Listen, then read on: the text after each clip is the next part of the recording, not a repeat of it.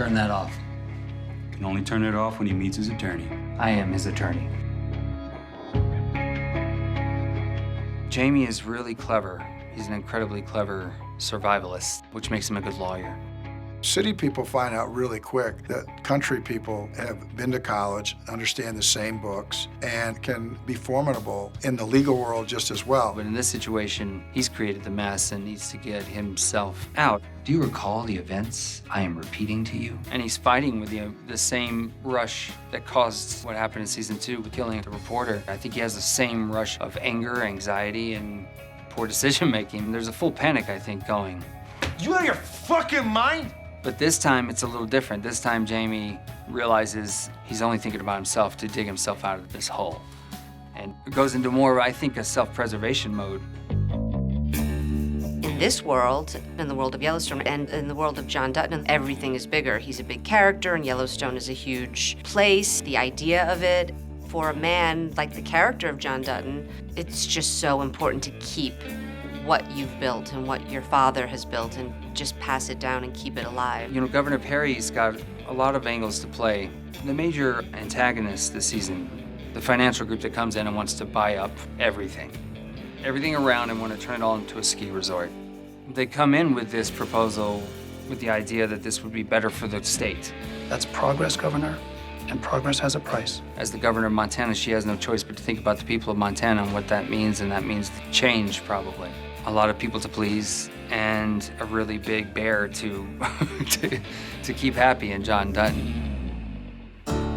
Linnell and John are continuing their sort of romance and their sort of business relationship in a way that still serves her because she still wants to be the boss, but she really cares about John and she wants to meet his needs too, as far as that legacy and keeping his family on top and involved. John Dutton admitting that he can't do everything.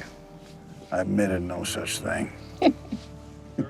I love working with Wendy. We've had a great time since our very first scene together. In season 2, you really got to see my character get fleshed out and really understand more of her backstory and who she was and what her relationship was with John. And then in season 3, we took that to the next level. It was really exciting to see more of that. And also that I got to cross paths with other characters and into other parts of the Yellowstone world where typically the governor doesn't go. Often I feel like Governor Perry steps in to take care of Jamie, help advance him because she sees promise in him. More than that, as a politician, she can use him. And we do all this with what goal in mind? To negotiate an acceptable surrender. Money speaks louder than anything in this country. They're wanting to build an airport, basically a city, where the ranch is. And any sensible human being would take the money, but of course that's not who we are or who he is, and we're gonna hold on to it, but that means fighting. It's not a person.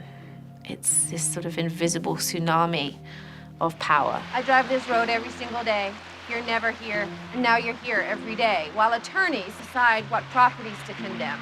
People see him as a villain from one perspective, but from my perspective, he is inevitable to progress. You will run into a Roarke eventually. He's bigger. This is what he does.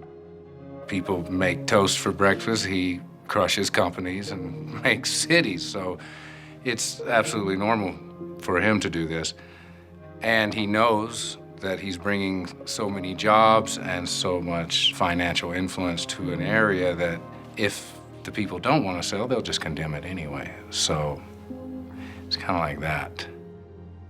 The truth that is inevitable.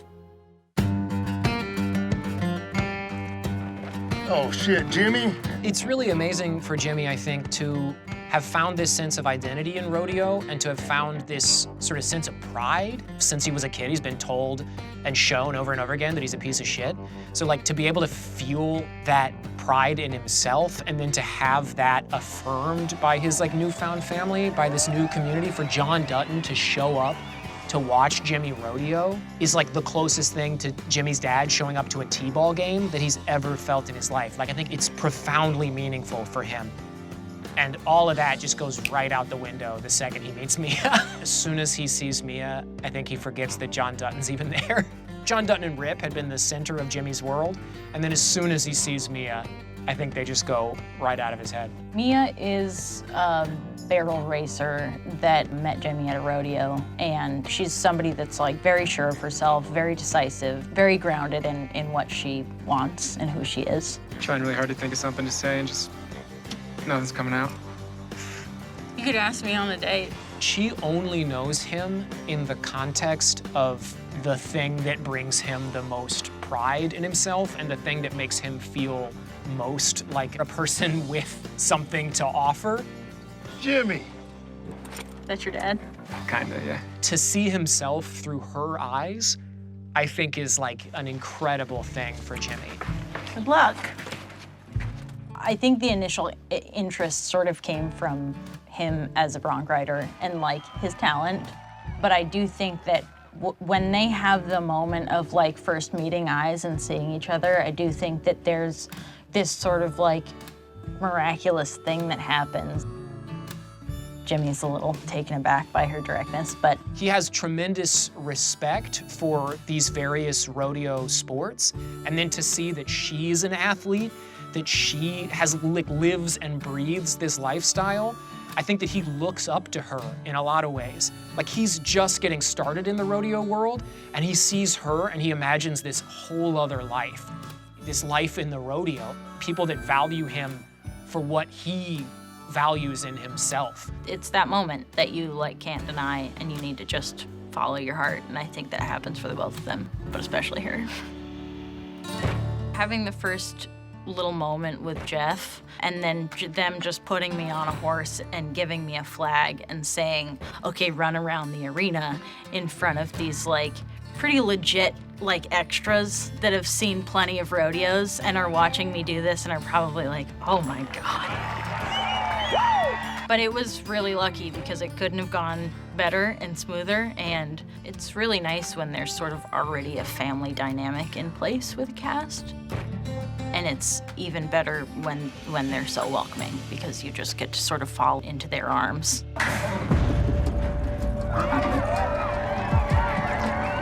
All those bronc riding events, those kinds of accidents happen all the time.